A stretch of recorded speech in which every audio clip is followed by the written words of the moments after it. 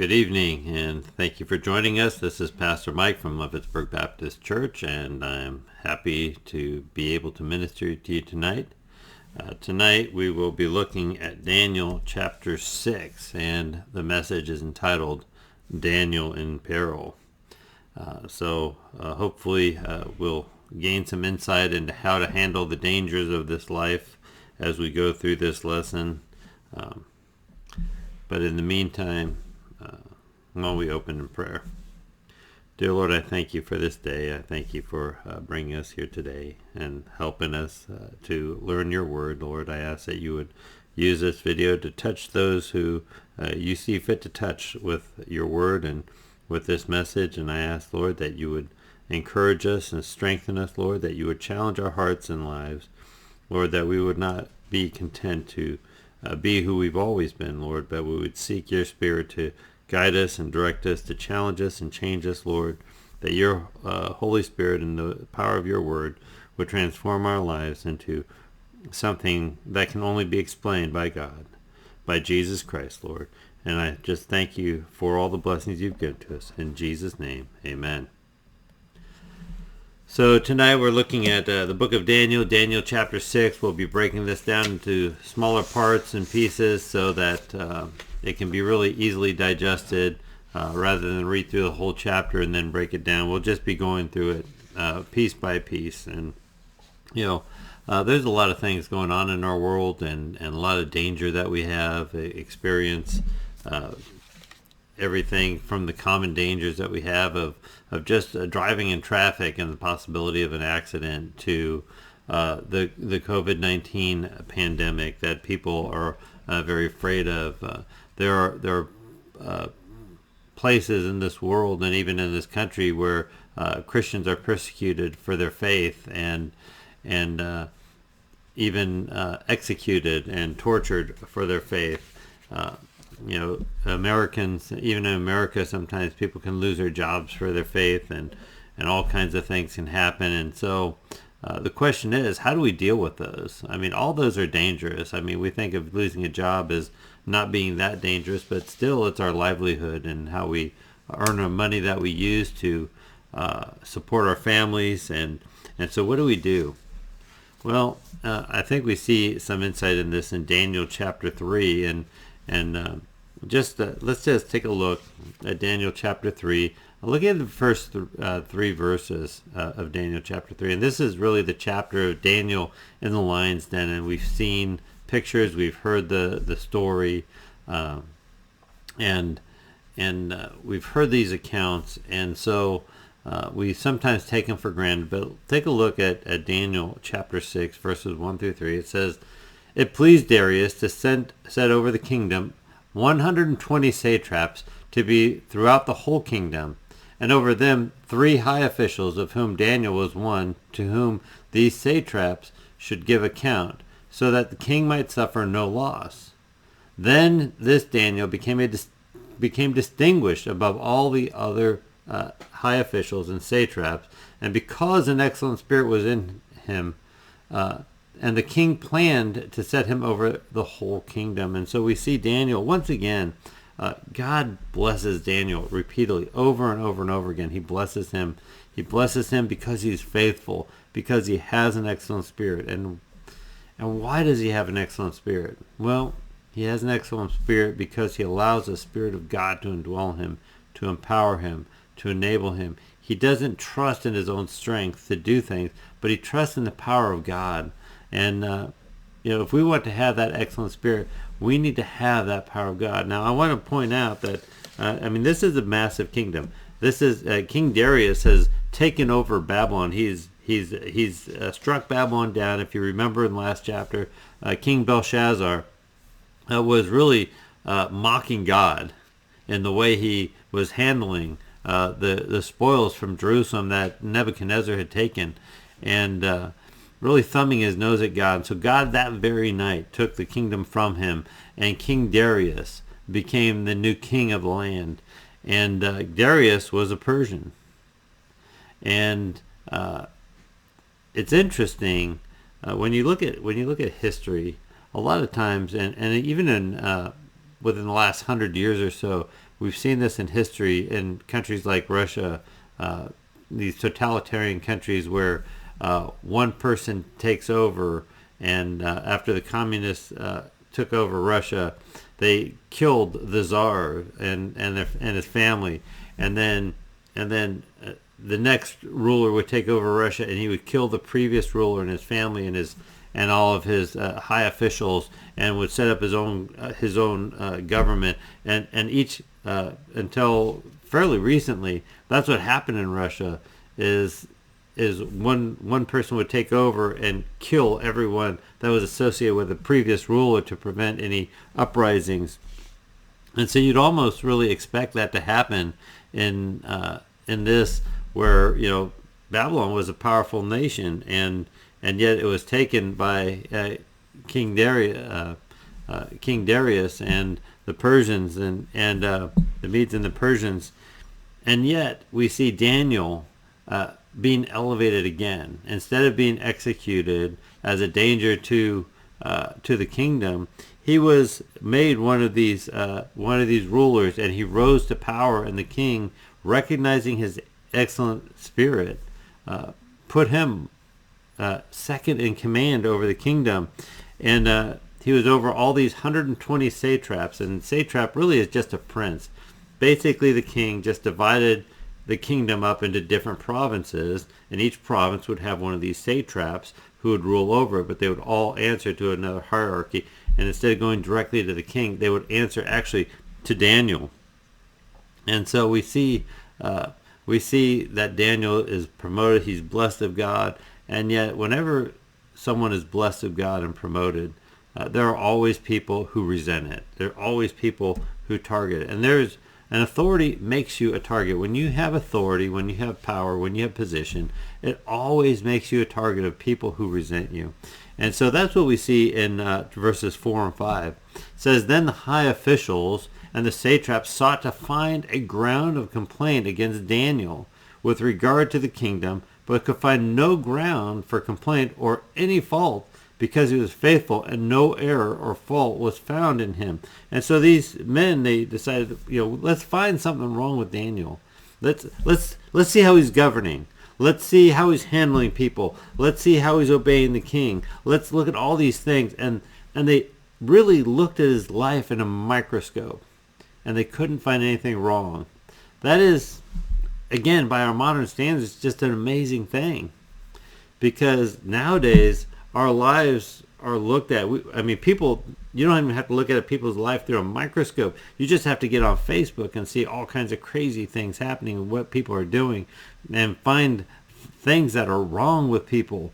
And yet Daniel, even though they didn't have Facebook and the internet back then, they were following him around. They were watching him. They're looking from the shadows. They were trying to figure out, how can we get rid of Daniel? They were resentful of him, and they couldn't find anything. But then in verse 5 we see this. They said, "Then these men said, we shall not find any ground for complaint against this Daniel unless we find it in connection with the law of his God." And so all they could find really to criticize Daniel about was, how does he interact with God? What is going on between Daniel and his God? And so that's what they decided to do. Is they decided then to set the trap. Verses 6 through 9 shows us this trap. It says, "Then these high officials and satraps came together by agreement to the king and said to him." So here it is. All these satraps and these high officials, they get together, and they've conspired now against Daniel, and they've come up with a plan. They've come up with a trap to trap Daniel. And so they come to the king, and of course, whenever they come to the king, they come to him. When Daniel greets the king, he greets him very similarly, even uses the same words. But there's a difference. You can tell when somebody calls you by your title, if they're really being honest with you, or if they're flattering you. If you really want to know the difference, you can tell. People who are hearing it can tell. And they say, "O King Darius, live forever.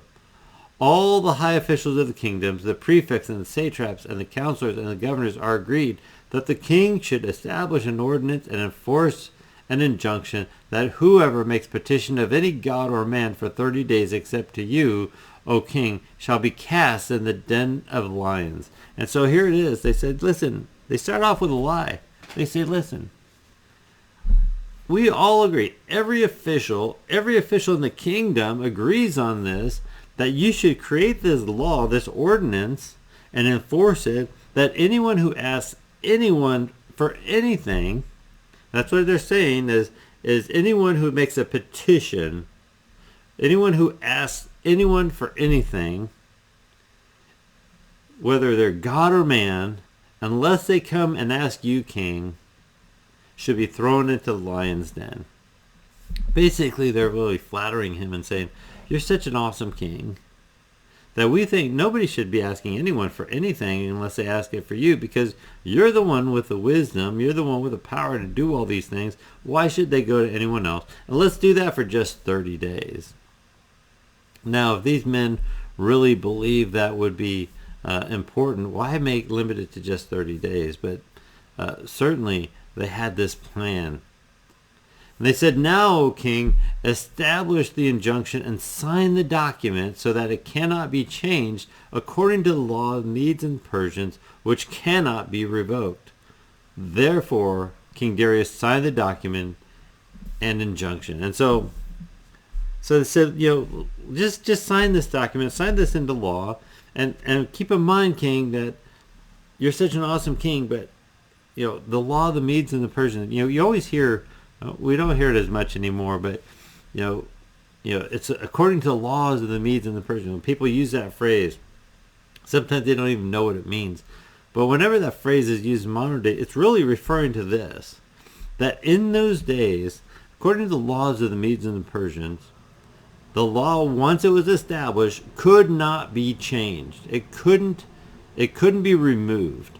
Every law, you think about it, here in America, how many laws we have that are just stupid. I mean, there are some places in the country where you can't make loud noises on the street. And the reason for that is because, way back in the 1800s, a loud noise might scare a horse and it might run away.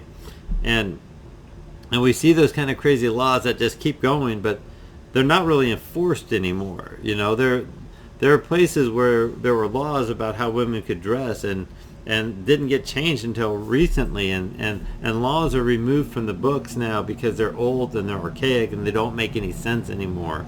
There was a time when things did make sense, and these laws did make sense because of the circumstances of the day, the technology of the day, but now they don't make sense anymore. We don't ride horses, so we don't have to worry about making loud noises on the street like they used to have to, and so, but we just remove those laws. If we have a law, we change that law, we modify it, we amend it. But in the law of the Medes and the Persians, their laws could not be changed, they couldn't be amended, and they could not be removed. Once they were enacted, they were permanent forever. As long as the kingdom stood, that would be the law. And so that's really the reason behind the 30 days, because it was an untenable law. You would have to throw everyone in the lion's den, because the law says don't make any requests, don't make any petition or a request or ask for anything from anyone but the king. Can you imagine what would happen? I mean, you go out to, you're with a family, you eat, and somebody says, hey, can you pass the potatoes? Oh, now you got to be thrown in the lion's den. No. If it was enforced to the nth degree, which it could be, everyone would end up in the lion's den, because we all ask people for things all the time.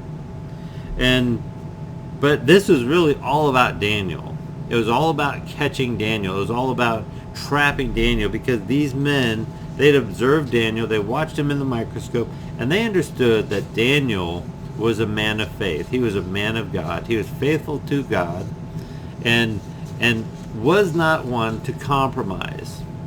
And so that's why they created this law, because as they were observing him, they would see what Daniel was doing. And so Daniel has this, his faithful response to this peril that he's about to be in. And what he does in faithful response is really what puts him in peril. He decided to seek God. In verse 10, it says, when Daniel knew that the document had been signed, he went to his house where he had windows in his upper chamber open toward Jerusalem. And so he heard about the law being enacted, and he decided, well, I'm going to go to my house, I'm going to go up to my room in the upper chamber, and there's windows there that face Jerusalem. And because, remember, the temple was in Jerusalem, and that was the house of God. And so when they prayed towards the temple, they were really, that's how they signified they were praying to God. And he got on his knees 3 times a day and prayed and gave thanks before his God as he had done previously. So here's Daniel, and quite frankly, he's most likely an old man by this time. I mean, he's probably up there in his years, and he gets down on his knees and he does this 3 times a day. He bows the knee before God as he makes his request to him. That is really something that we should really consider doing more of, is bowing our knee before God and really showing him the respect and honor that he is due. The respect and honor that is due. Now, bending the knee, being on your knees, kneeling before God in prayer is not the only way to pray. We see other places in Scripture where people are standing, where people are sitting, where people are lying prone on the ground and praying. But there's something to be said in that the humility of bending our knee before God to pray, to ask him for the requests that we have. And so Daniel did that. He got up there and he did this 3 times a day. And that's when the trap was sprung. Beginning verse 11 through 13 says this, then these men came by agreement and found Daniel making petition and plea before his God. Then they came near and said before the king concerning the injunction. So here it is. They're watching Daniel, and they're all watching, and they're observing, and they're spying on him, and they're saying, oh, what's he going to do? And they see him bow before God 3 times a day. They didn't wait for him to do it just once. They wanted to see him do it several times so they could really drive it into the king. Now, that Daniel's disobeying him. And I want you to remember, when Shadrach, Meshach, and Abednego refused to pray, to worship before the idol, the image that Nebuchadnezzar had built, even though Nebuchadnezzar loved these 3 men, when they refused to bow, he was enraged. And I'm sure that's what these men were trying to do. They were trying to get King Darius enraged at Daniel. And so they come and say, "O king, did you not sign an injunction that anyone who makes a petition to any god or man within 30 days except you, O king, shall be cast into the den of lions?" So they said, well, king, didn't you sign this into law? I seem to remember, king, that you signed this into law, that if anyone asks anything of any person or god except for you, that they were going to be thrown in the lion's den. And the king answered, the thing stands fast according to the law of the Medes and the Persians. He says, this is true. This is absolutely set in stone, according to the law of the Medes and the Persians, that no one can ask anything of anyone but me.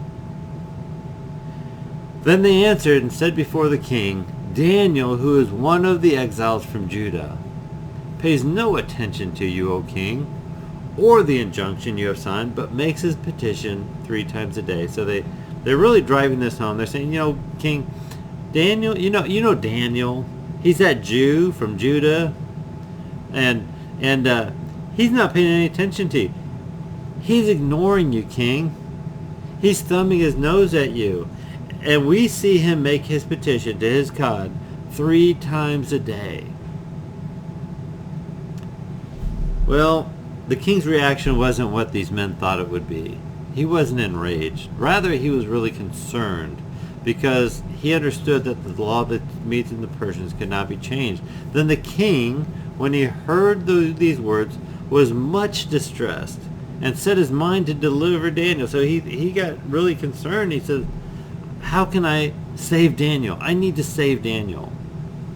And he labored till sun went down to rescue him.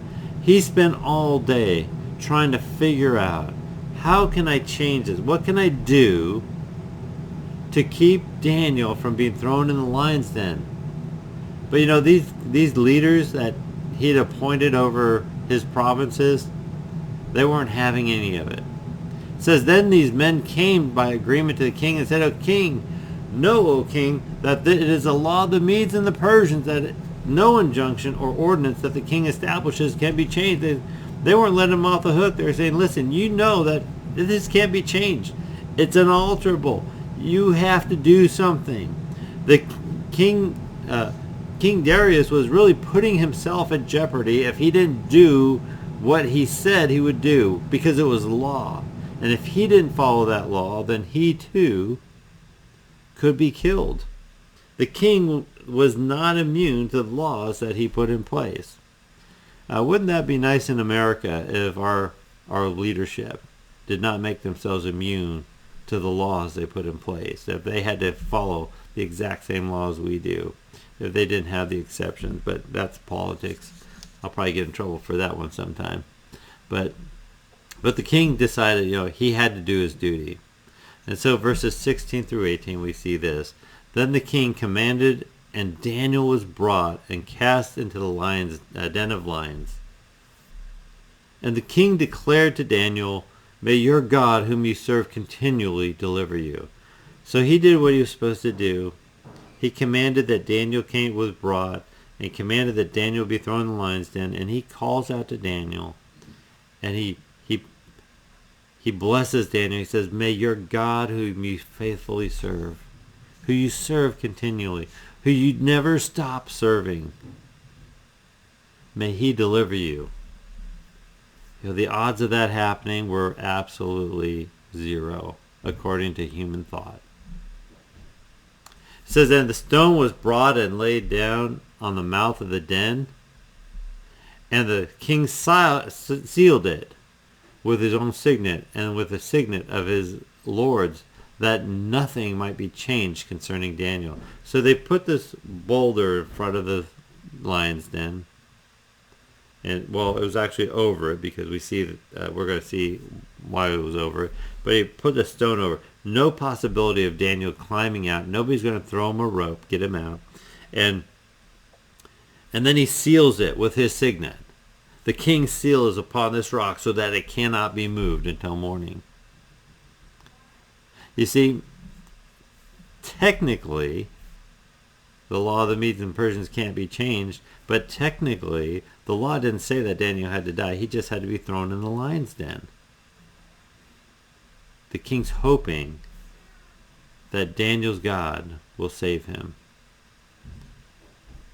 But he has to make sure that no one else tries. It says that then the king went to his palace and spent the night fasting. No diversions were brought to him, and sleep fled from him. So he spent the night. He spent the night fasting. He was probably hungry. Who knows what he'd eaten during the day, but no diversions were brought to him. He didn't have any women come.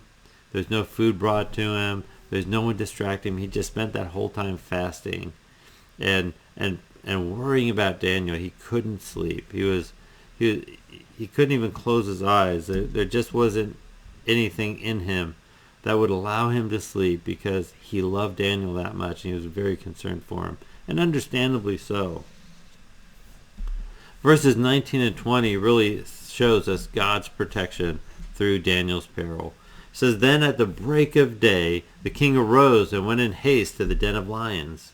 So he got up as soon as the sun came up, as soon as there was light. He got up and he ran over that den of lions. And as he came near to the den where Daniel was, he cried out with a tone of anguish. He was in torment.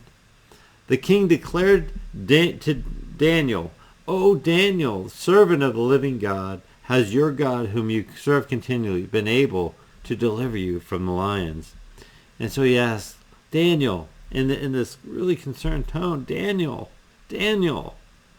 are you there? Did the living God save you, protect you from these lions. Then Daniel said to the king, O king, live forever. My God sent his angel to shut the lions' mouths, and they have not harmed me, because I have found blameless before him. And also before you, O king, I have done no harm. He says, yeah, Daniel wasn't in there alone. Remember Shadrach, Meshach, and Abednego, they were in the fiery furnace, and one who appeared as the Son of God, which I believe is Jesus Christ, pre-incarnate Christ, came and was with them. The same way God sent an angel down to those lions to shut their mouths, to keep their mouths closed so they wouldn't harm Daniel. I can just picture Daniel in that lion's den, and I had to say, he probably got a good night's sleep. He wasn't worried. If he lived, he lived. If he died, he died. But he knew God was sovereign, and God was going to do his will. And if God saved him, he did. And if he didn't, he didn't. And he just trusted God that much. And I can imagine him laying down, the lions laying down, and a male lion that mane, that would make a nice pillow, and he'd probably like all warm. The lions cuddling up with him, keeping him warm. And it was probably a very peaceful night for Daniel. And there's no indication that he wasn't well rested. It says, then the king was exceedingly glad and commanded that Daniel be taken up out of the den. See, now he could take him out of the den. He could release him because he'd been thrown in the den. He'd been in there all night. And he followed the law that could not be changed. See, that's a problem with legalism, though, really, isn't it? You set up rules, but there's no exceptions to the rules. There's no grace to the rules. And really, people who set all these rules that aren't found in Scripture, they're really like the Medes and the Persians. They don't allow for any grace. No, don't allow for any mercy. And so Daniel was unharmed. So Daniel was taken up out of the den, and no kind of harm was found on him, because he had trusted in his God. You see, if we trust in God, he will protect us. Does that mean that he's not going to let anything bad happen to us? No. But we can always count on his protection. We worry, well, what if I die? Well, as a Christian, what if I die? If I die, I go to heaven. There's no fear in death. Death isn't my friend, but there's no fear in death for me. Paul wrote, for me to live is Christ, but to die is the gain. We are, as Christians, we are always in a win-win situation. As long as we are faithful to God, regardless what the outcome is in that particular circumstance, we win. And then in verse 24, the king realizes, he knew right away, as soon as they accused Daniel, what had happened. But when he saw that Daniel's God protected him, he was emboldened. And he dealt with the conspirators. He punished the conspirators. It says, then the king commanded that those men who had maliciously accused Daniel were brought and cast into the den of lions, they, their children, and their wives. And before they reached the bottom of the dens, the lion overpowered them and broke all their bones in pieces. So here it is. He's like, he didn't just get these men, and we don't know how many there were. We know there were 120 satraps, and some of those satraps, there were men above them that were conspiring against Daniel. And there possibly were men below them. We don't know how many men were involved in this. But we have to really consider that all these people that were executed, these men, their wives, and some of them might have had multiple wives, and their children, they probably had multiple children. They were all thrown in the lion's den, and these lions, they are so ravenous that they killed these people before they ever touched the ground. So their bones were broken. They were slaughtered. They didn't even touch the ground before they were they were killed before they ever touched the ground. And really it's a testimony of the control God has over nature.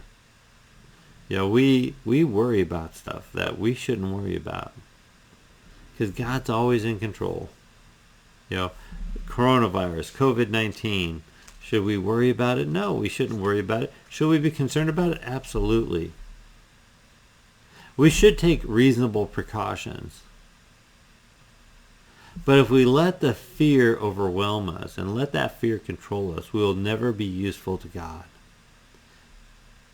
And we can't count on God to protect us if we are not going to put our faith in Him. And even as believers, we need to trust God and put our faith in Him. So, I just love that, it just reminds me of these verses, so many verses that talk about the men, and Daniel writes about it over and over in the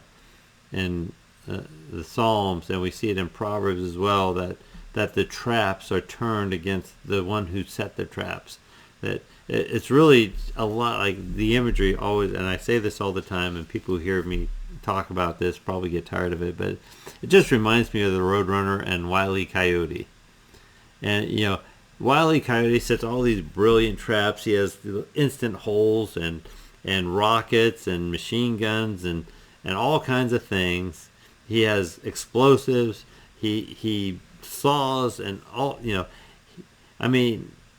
He could sit there and cut a limb that the Roadrunner is standing on. He'll cut that limb off and the tree will fall, but the limb will stay there.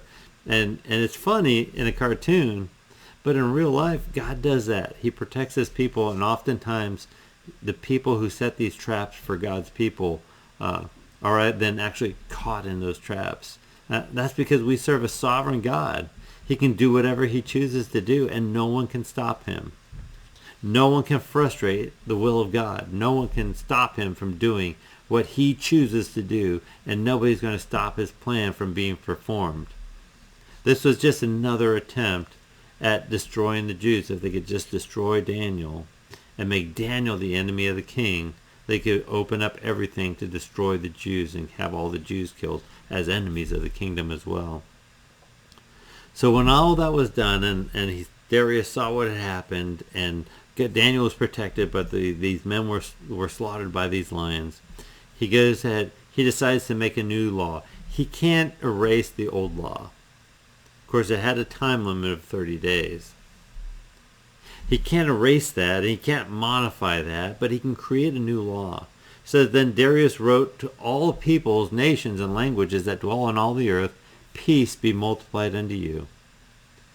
I make a decree that in all my royal dominion people are to tremble and fear before the God of Daniel, for He is the living God, enduring forever. His kingdom shall never be destroyed, and His dominion shall be no end. He delivers and rescues. He works signs and wonders in the heaven and on earth. He who has saved Daniel from the power of the lions. So he can't erase that edict, but he creates this. And notice in this, there is no time frame. He made a decree. He made it a law. It was in everyone in his dominion. All the people are to tremble and fear before the God of Daniel. Why? Because he recognized, like Nebuchadnezzar did before him, that the God of Daniel is the living God. He is a true God. He is the enduring God, the God whose kingdom will never end. It cannot be destroyed. He is sovereign in all things. He's sovereign in the nations. And He will not allow His purpose to be denied. And so really, He let everyone know in the kingdom, don't mess with Daniel's God. Daniel's God is not to be trifled with. And that's our God. And then the final thing that He does, that we see, is that Daniel is then blessed. It says, so this Daniel prospered during the reign of Darius and the reign of Cyrus of Persia. And so Daniel, really, we see from the beginning to the end, that Daniel, he prospered under all these kings. These kings, the ones that had honor, you can have honor without being saved. And, pagan idolatrous people can have a certain measure of honor. And these kings had a certain, Nebuchadnezzar, King Darius, King Cyrus, they had a certain honor. And they recognized the excellent spirit of Daniel. They recognized the greatness of Daniel's God. And God, because Daniel was faithful, prospered him. God's going to take care of us. He will always take care of his people. He will give us what we need. If we serve him faithfully, he will even give us what we want sometimes. But we have to be faithful. Daniel was faithful to God, even in the face of death, even a terrifying death of lions. I mean, that has to be a horrible way to die, to be shredded by lions. And yet God was able to shut the mouths of these lions, the king of the beasts, we call them. Why? Because Jesus Christ is the King of kings and Lord of lords. And he is a king not just of all kings, but he is a king of all animals. He's a king of all creation. He's in control. And he's the one that we serve.